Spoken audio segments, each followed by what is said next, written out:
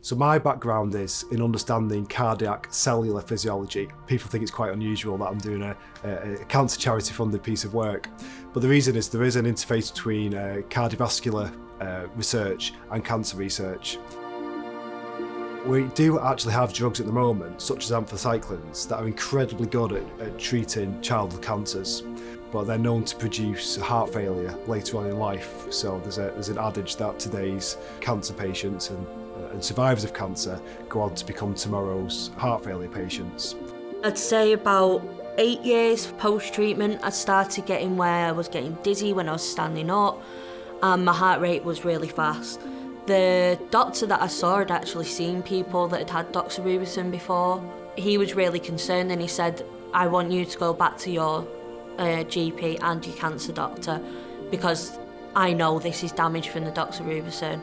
2 weeks following that, they said, yeah, you have got damage to your sinus node, so it's part of your heart that regulates how fast your heart goes.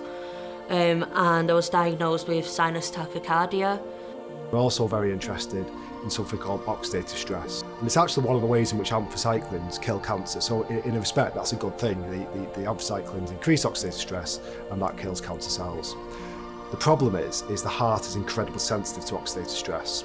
We're developing novel methods, new methods, to measure the levels of oxidative stress inside heart cells.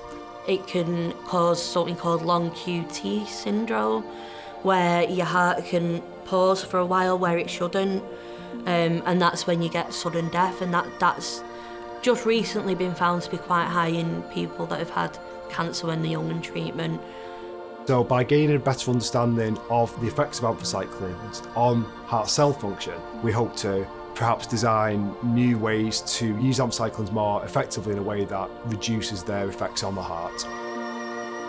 If we can get there, what it means is we can carry on using the drugs that are very, very good at treating cancer, but we can reduce loss of quality of life further down the line.